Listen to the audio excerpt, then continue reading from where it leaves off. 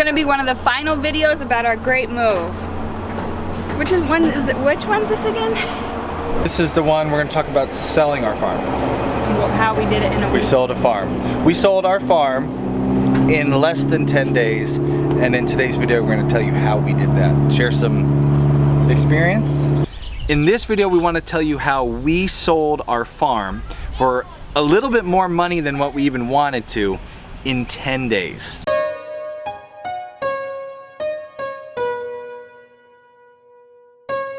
If you're new to this channel, we just sold the farm that we were living on and we moved to a bigger farm in Pennsylvania. If you're not new to this channel, then you've been watching us sell our farm and get to Pennsylvania, and you're probably thinking, boy, that took them forever. Because we told you back in February we were going to be selling our farm. In the world of selling a house, so it actually didn't take that long. From the moment we officially listed to when we got the offer that we accepted was around 10 days. Which is why this video is called How We Sold Our Farm in 10 Days. My goal is actually a week. So we didn't get our goal. How did we get a buyer and an offer for our house in 10 days? Selling a farm is very different than selling a house. There are some tips I did take away from a lot of articles online when they talk about how to sell your house quickly, but we had to adapt them to our own specific needs as a farm. Well, there were some things we had to do different because it was a farm that we were selling. A lot of the basic principles of selling any property are the same, and for us that started with getting rid of junk.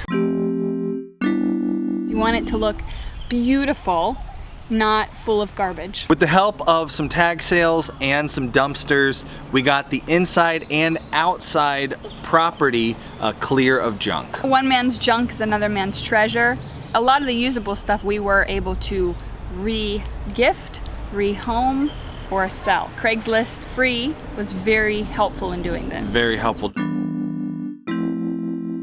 We made sure there were no glaring issues to fix on the house. If there was paint chipping, we repainted it.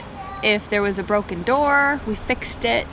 The hood above the stove, we finally installed after 7 years of living there. Yeah. Really nice. We finally finished all the to-do projects that we had put off for so long. We didn't want a potential buyer walking through the property and seeing things wrong with it. Instead, you want them to walk through and say, wow, they took really good care of this place. We didn't just pull out the iPhone and snap a few photos of whatever was there. We actually staged our house to look as good as it could. We wanted really good photos because in this day and age, people are going to Zillow first thing when they're looking for a house in the area, and we really wanted our photos from the house to stand out to people.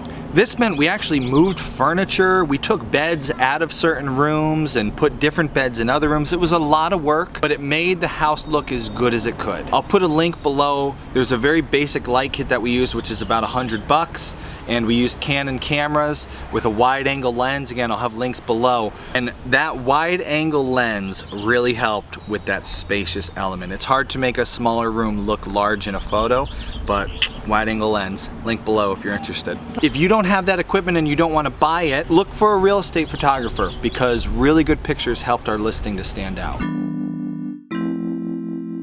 Speaking of a real estate agent, we made sure to get a really, really good one. Back when we bought our farm, we just went with the first agent that we talked to on the phone.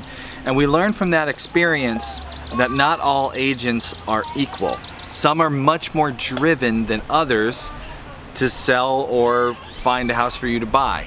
You can list it on your own, for sale by owner.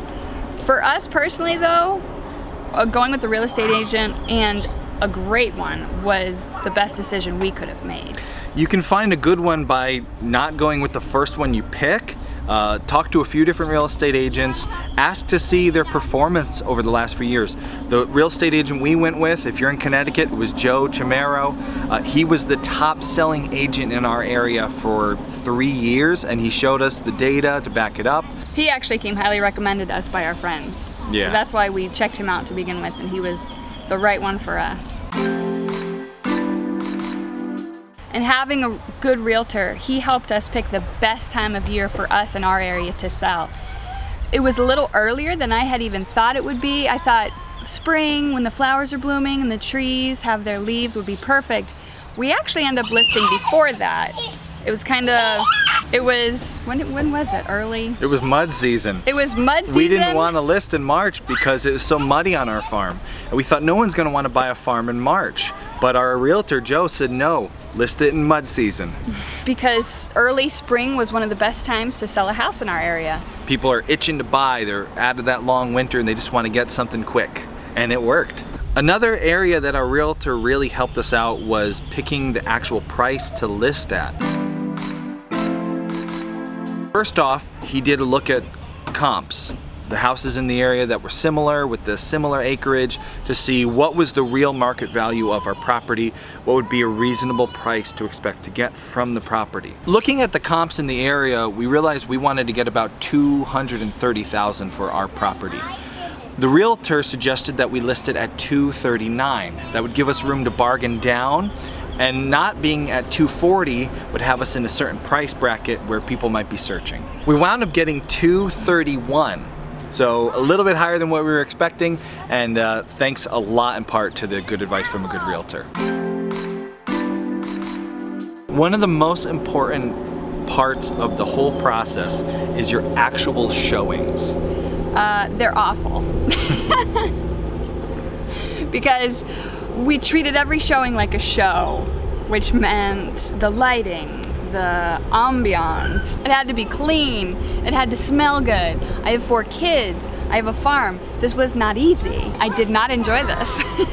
When we found out someone was coming to look at the property, we would spend about 2 hours cleaning the house head to toe. Yeah, it came down to putting the different blankets on each bed to make the room look brighter. We would light the wood stove. We had the pellet stove running, so when people walked in, it was warm and comfortable. Yeah, welcoming. Welcoming, yeah. This is not something I excel at. I don't enjoy decorating. I don't enjoy this kind of thing. But it really helped a lot. Every showing we had, even if the house was too small, if the area wasn't right, we did hear feedback that the house was cozy, it was cute, people really liked it.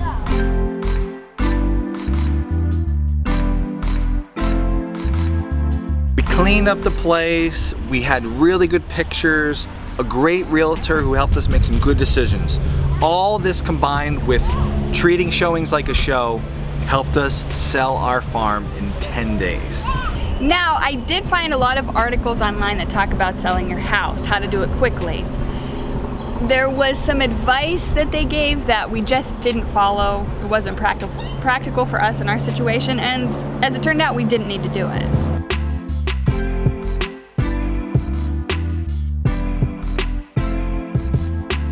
A lot of people, when they think about selling a property, they think about doing like a flip, renovating the place and then, you know, putting it on the market after the renovation. Putting in a whole new kitchen or bathroom, new windows. We did no big renovations before listing the farm, and it didn't hurt us.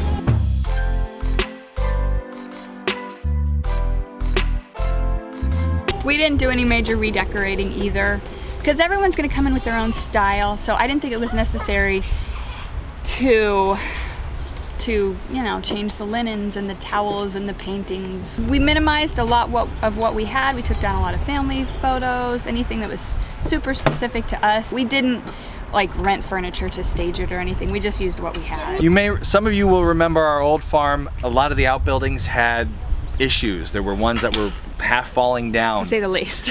We didn't fix these up. This was in part good advice from our realtor. He said people coming here looking to buy a farm aren't going to be scared of old outbuildings. They're going to have their own ideas and things they want to do. Don't go spending a bunch of money to fix up old outbuildings. Or to even tear them down. Because you won't get it back. Yeah, leave that up to the new owner. Not tearing them down is also a good tip, because some towns will not let you rebuild those buildings if you tear them down completely. So just leave them as is. Don't spend a bunch of money and don't take them down. If there's a farm-friendly real estate agent, they'll understand these things, because you're not selling a house, you're selling a farm. Another area this really comes into play is with fencing and gardens. Some realtors will tell you, oh, you gotta remove the garden. People don't like to see messy gardens. And that might be true in a house in suburbia. We weren't selling a house in suburbia. We were selling a farm, and people coming to buy a farm, it's better if they're just in it. People who are looking to buy a farm, they're going to want a garden. They're going to want fruit trees. And fencing.